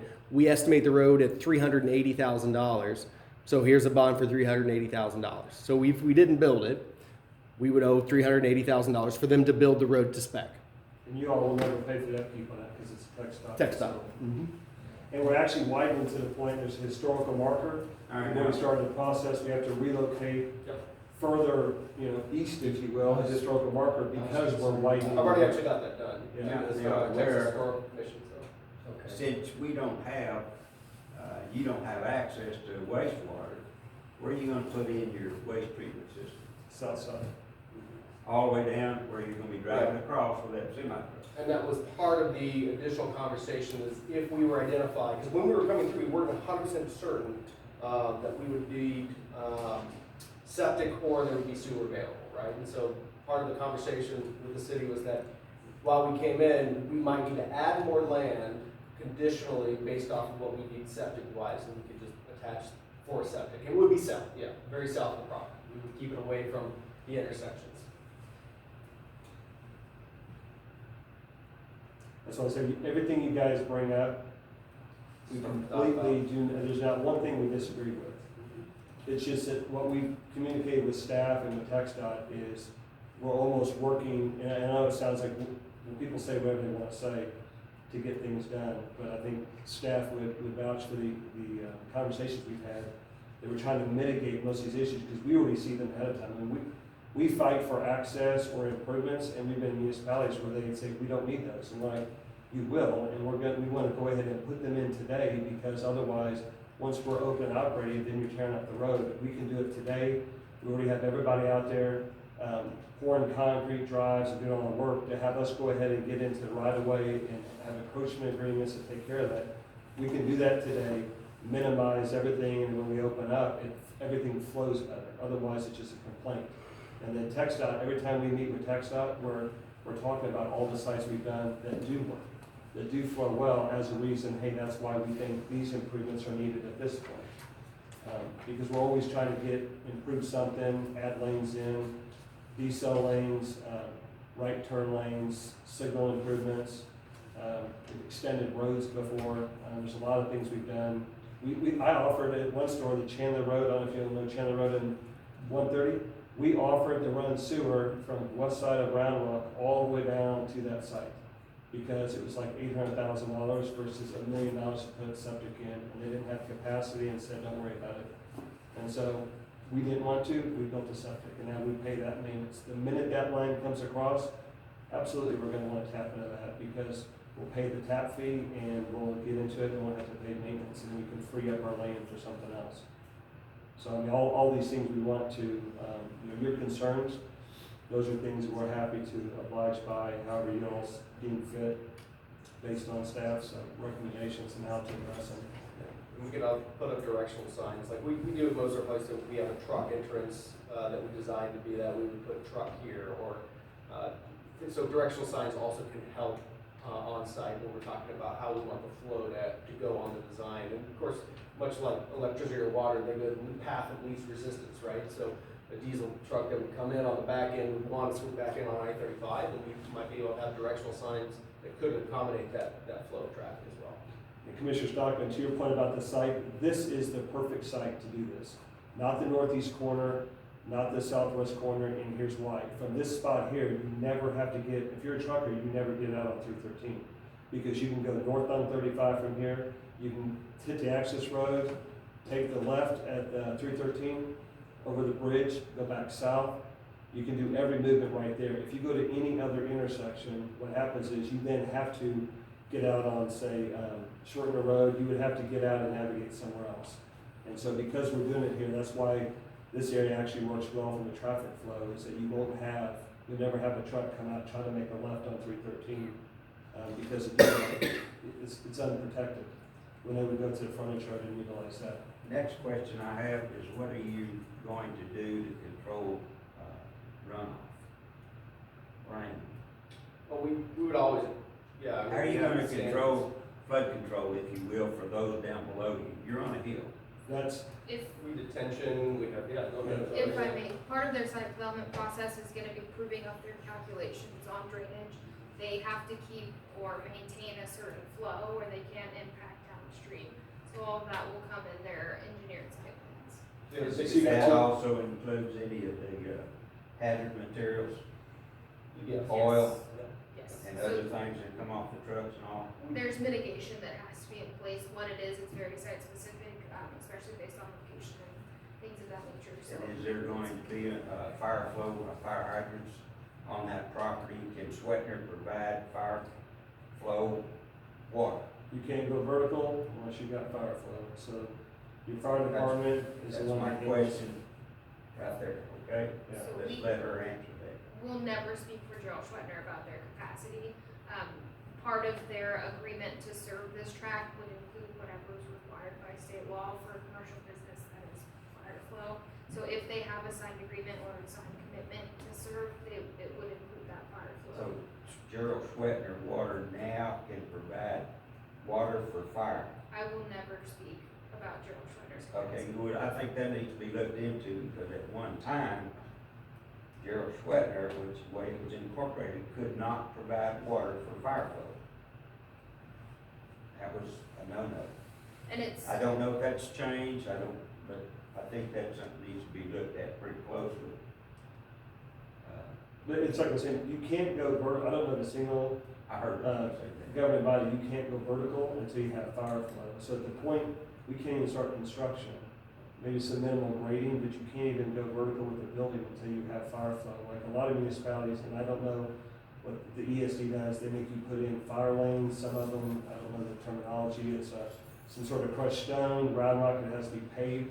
So you have to do all that before you can go vertical. So, I would say, not that don't worry about that, but that's probably not, that's out of our hands. We can't even get a permit to do the work until the fire flow comes. So worst case is you're gonna have us owning the land, trying to pump water to the site and get all the infrastructure built to get the water there so that we can then have fire flow so that then we can start construction. it may be that they are required. So what happens is when they create their engineered plans for the building, part of that is the water calculations and the fire calculations. If Gerald Schwettner does a review and he can't meet the fire flow requirements of that project, they may have to put booster pumps on site with a small storage tank. Roadsters has one, the high school had one, the elementary school has one. They're just small tanks that water flows into, and they come with jockey pumps, and when you need the fire flow, that's what kicks on, and it's not pulling from the domestic service. I can't speak for Joe or for Schwettner, but you know, other projects I've had, we've had to do things like the booster pumps to even get permits for the buildings. So I mean, it's just part of the permitting process, yeah, absolutely. And it's probably a good thing about storm. Incidental Yeah. cost that I see on the service roads is the, no parking signs that we have. How many more can we get? On the service road, are we able to put those going south on that road there? On the service road or FB Schwettner? The service road. We would have to have TxDOT. TxDOT, Could you it's guys, completely up to them. so could you guys do this, that, Quick Trip agrees that, assuming the city and or Quick Trip can get TxDOT to allow no parking signs, that Quick Trip will install them at Quick Trip's sole cost? That works perfect. Because it's, like you said, that's a minimal cost. We're telling you, we don't want trucks parking overnight. If we don't say that, Because I'm seeing, I sort of see that in the future, could be. But if we do have those no parking signs, then at least the city can write some tickets and send them on their way, or at least just send them on their way. I don't think any semi-truck should be going through there to get fuel and then going out on 310. Going Oh, west Schwettner? or east or Schwettner. I don't, they come off I-35, they go back on I-35. That's the only way in and out there. So they're That's the proposing way I think. driveways on 35 frontage, and then they'll have one on FB Schwettner for the smaller vehicle traffic. Would it be a median situation where you can only do right in, right out, or? So this is where I kind of get worried with it, because, you know, we're talking about how is the trucker gonna get to where they need to go? And really, it's the ones that come here and wanna go back south. So when they go out of wherever your exit is, this big 54-foot trailer is gonna be parked across the road where nobody can go anywhere until somebody lets this truck go to make his turn onto Make that left 313 Over to the go back gas. south. yeah, again, I think that's an issue with today's environment of a four-way stop, but I think No. Look, if we've got a crap load of people and you've got a truck that's trying to get out here and he's gonna make a left-hand turn, he's gotta go across all that traffic. well, Because I understand you're saying that the entrance is here, so the where you've gotta go out has gotta be somewhere about midway in the property? I will say that was a comment directly from TxDOT, and part of us going from, I think initially we were at 5 acres, and now we're at 5.66 acres, was to accommodate the width and moving down to appease TxDOT, because they, believe me, that's their concern, right? TxDOT is concerned about the safety of passengers and travelers on their roads, right? So they wouldn't even issue a statement to me that says we approve of these driveways and their placement in their location until I had 3 separate meetings with them and finally had moved and addressed all the comments exactly what you're saying. So I completely understand what you're saying and agree, and TxDOT agrees, and we've addressed that comment with TxDOT and have adhered to what their standards would be. And again, I think the stop sign's what's driving some of this, because right now, you got one car, you pause, one car, you pause. Well, you're gonna have cycle time, means that you got a minute and a half of free-flowing cars that's going, and it's gonna stop and back up, and then it's gonna free flow, and the signal's going to eliminate a lot of your traffic congestion now. At some point, We hope. well, I mean, it It's does. just more about the trucks. We also- Like I said, what worries me the most is there's gonna be a line of cars there, and those trucks are gonna wanna get over to the left lane.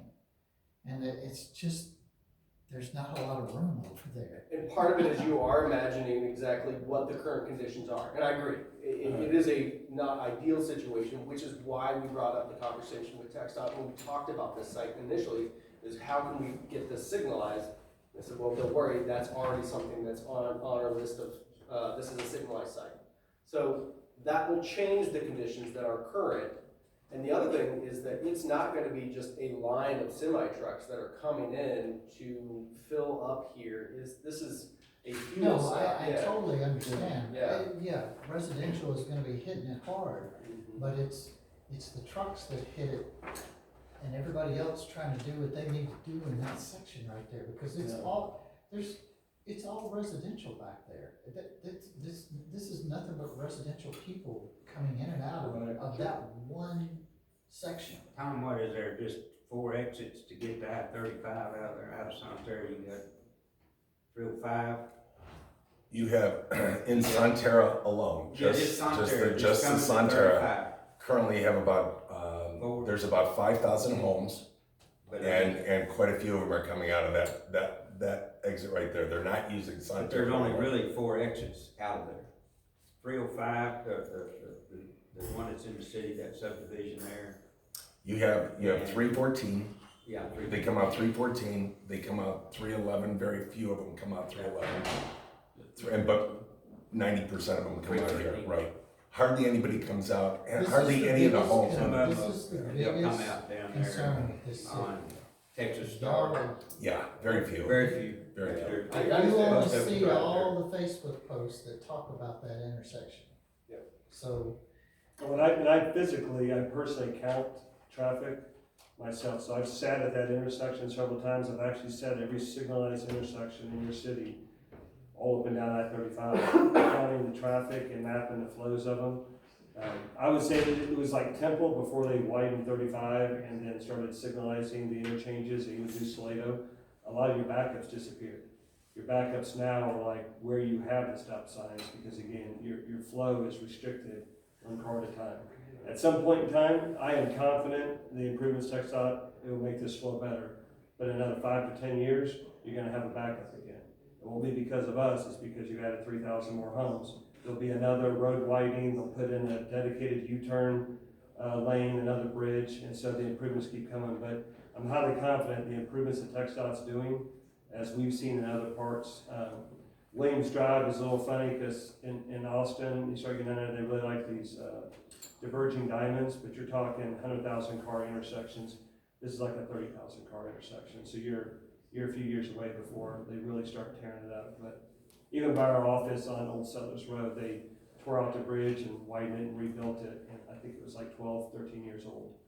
So the improvements I know they're doing now are gonna solve this, and when they don't, then we are going to be there along with you guys going, hey, it's been 15 years, it's time for improvements, because now everything is developed.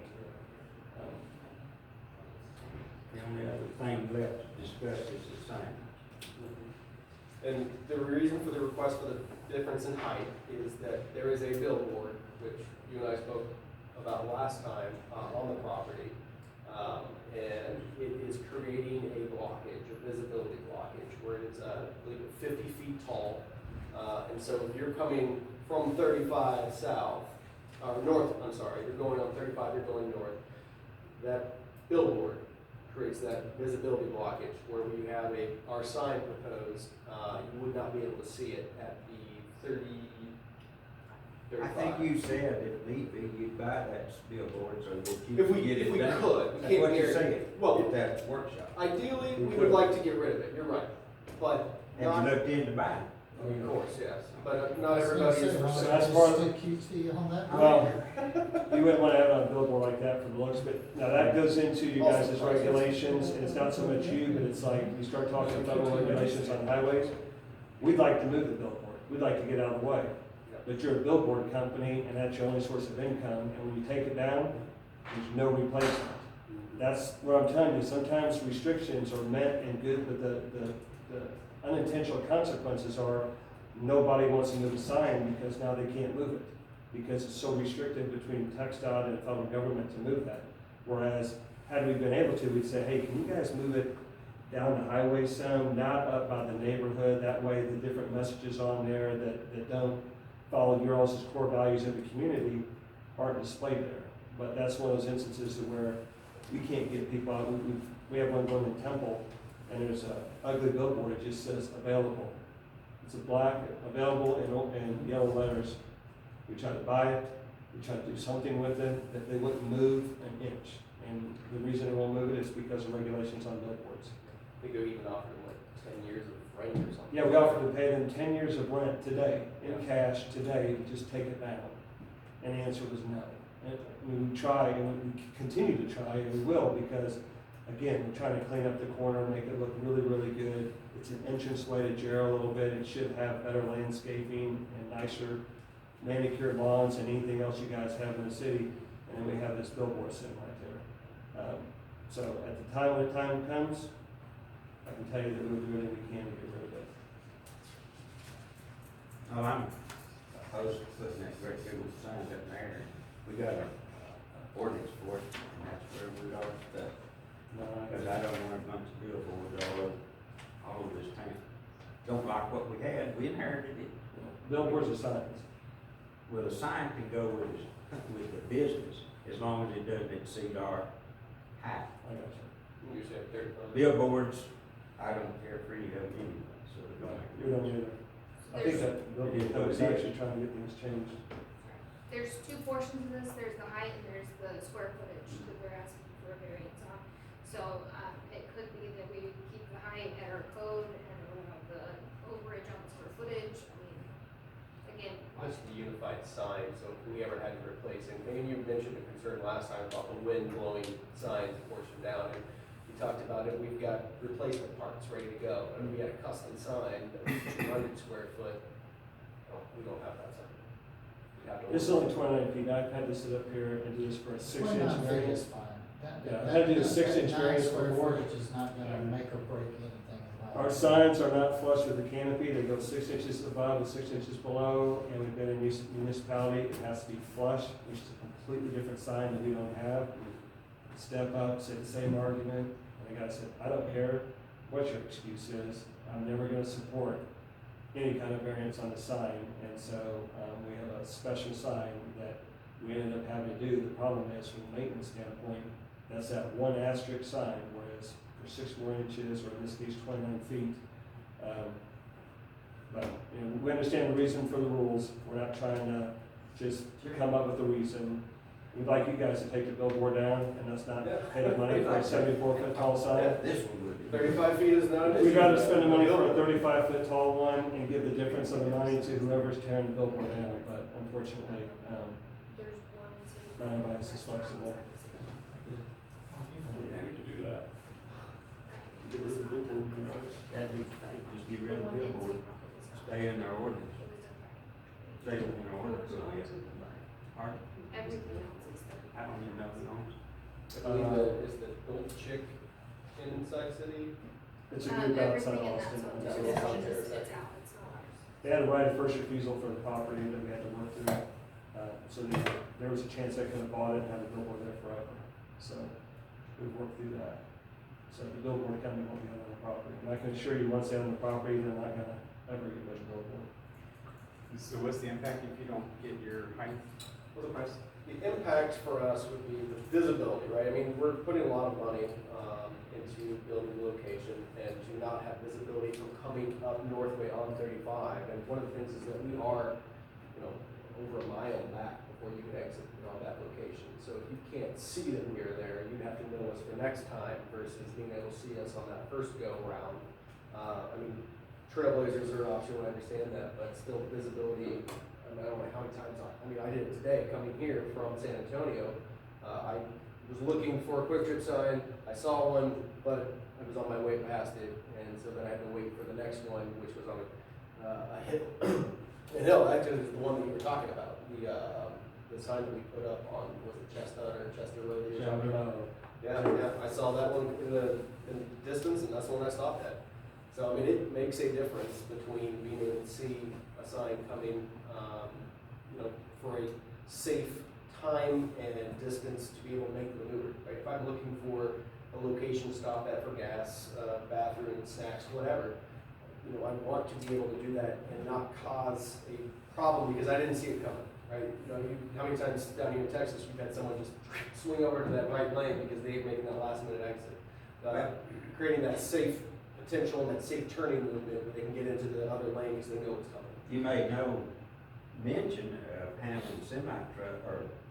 semi-trucks going south, going into Quick Trip. You have it all your semi-trucks are going down the access road heading north. You didn't talk about south. Now you're talking about south. No, I Same was signage. Yeah, north. We're talking north. Yeah. Well, he was mentioning coming south. Oh, no, I'm specifically talking about going north because that's where the billboard's blocking But visibility. you didn't mention anything about going to Quick Trip when you're coming from the north, going south. All you talked about was getting off the access and going in when you're northbound. Well, 'cause Now, how are you gonna get in? How are you gonna get in other than turn down and go down 313 to get that semi-truck in your lot? Oh, you're not Those referring to three the bumps. sign anymore. No, I'm not, but, Oh, okay. but your signage isn't gonna make much difference anyway. So you bring a good point, that's why we have one on the northbound side, one on the southbound One what? side in Salado, one store. That's why we're in Salado Okay. and now we're here in Gerald, because truckers, again, they don't like cars, they don't like the conflicts. And so predominantly, this is gonna be a northbound only store. So they can't get in. If They can won't be make- allowed to go in on. If they on can make the 313. movement, but what our experience tells us is that they don't do that. That's why they'll just, whatever it is, how's Salado's 15 miles away, 12 away? Well, something like It'd be right off the highway going southbound, and that one actually, that one opens up like in a month or two. But the exits out on the Schweitner Road, you can narrow them to make it not I mean, suitable for truck traffic. A certain standard, right, of course. And typically like 40 to 45 313. would be a typical. Go fast, go down. Yeah, but that's what I'm saying, if they make those egresses or ingresses, whatever, it could, cause it can be both over there on the Schwartner Road. As long as they're not wide enough for trucks to be able to Yeah, get in that's what- and out of them with the rocks and whatever else landscape you have to help to dissuade truckers. Yeah, we use from- signage a Go lot. down to Valero and try to turn around. Well, see, Yeah, that's they why don't do that. that's why signage is big, okay? And to his point, when you have cars and stuff, you don't want people exiting just north. I wanna go to Quick Trip, exit north, and then navigating to the city, trying to get back to come down. So we try to get it to where everybody knows how they're gonna go. With the trucks, we work with the city in terms of making sure everything's designed a certain way to all get what we're trying to get, which is keep the trucks on the front. I don't even drive a semi, but I come up to Austin area quite a bit because I'm from San Antonio and I come up here to work on stores and I don't even stop at the Quick Trips that are on the left-hand side. I wait for the ones on the right-hand side when I'm coming north. So. I get it, but Yeah. there's people going south. There will be. Yep. Especially when you have the people I'm not working everybody. in Sun Yeah. Terra. We're still looking at just the residential traffic in general and what they're gonna have to deal with the truckers. Because at least where they get off over here on the northbound side to the other gas places, they're kinda out of the way compared to this section. There's no getting out of the way. This is where everybody goes to go home or to go to work. Which, You know, the it's conditions would really be one, improved. it's one spot, and yes, Yeah. I want the Yes. signal to be there, And we do too, honestly. and I know you can't Back on that sign But I like it, Yes. that it is on the list. Let me ask you That's this. helpful. What if there was a compromise and, staff can have it shut down, that I say this because I may come back at city council and say that I got slapped around at work and I can't do this, but what if we say that, we agree not to start construction on the site as we presented to you today until the signal is in construction? So if the signal takes 2 years, we're not starting construction until that signal, until they got the footings being poured, the arms are going up. We're willing to tell you that, because we're not gonna build, I can almost tell you positively, we're not gonna build a store at a 4-way stop, because I've counted the traffic, I know the issues. And if that's your guys' concern, you guys, City Joe works with us, we can say, look, we will put our pressure when we're talking with TxDOT, like, hey, we bought this piece of land, we've gotta get going here, Paul tells you 18 months, his biggest concern with me is 18 months is too long, it should be done like 4 months, and so I'm all the time going, permit faster, what's the holdup? And so we're gonna be driving everything to get it open. But at the end of the day, if that's your guys' concern, if you guys wanna write it in there that, we can't get a CO, we can't get a certificate of occupancy until a signal is in construction, completely okay, just know I may come back to council and say, hey, I got started talking to, but I don't see us doing that. My experience would say that we would be okay with that. Sally, you had a question? Sally had a question.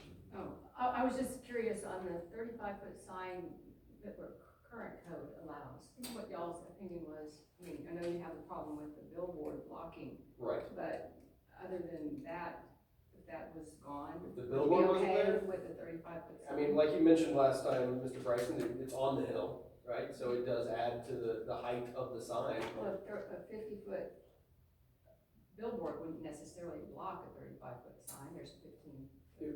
Based off of, like, we took a drone and we took the drone from the bottom and took visibility levels up from the whole thing, and where we would project a sign. So we have a program where internally we give over to our engineers and say, hey, can I see what a sign looks like at this location at 35 feet? Can I see what it looks like at 74 or whatever, right? We're to just different ideas to see where we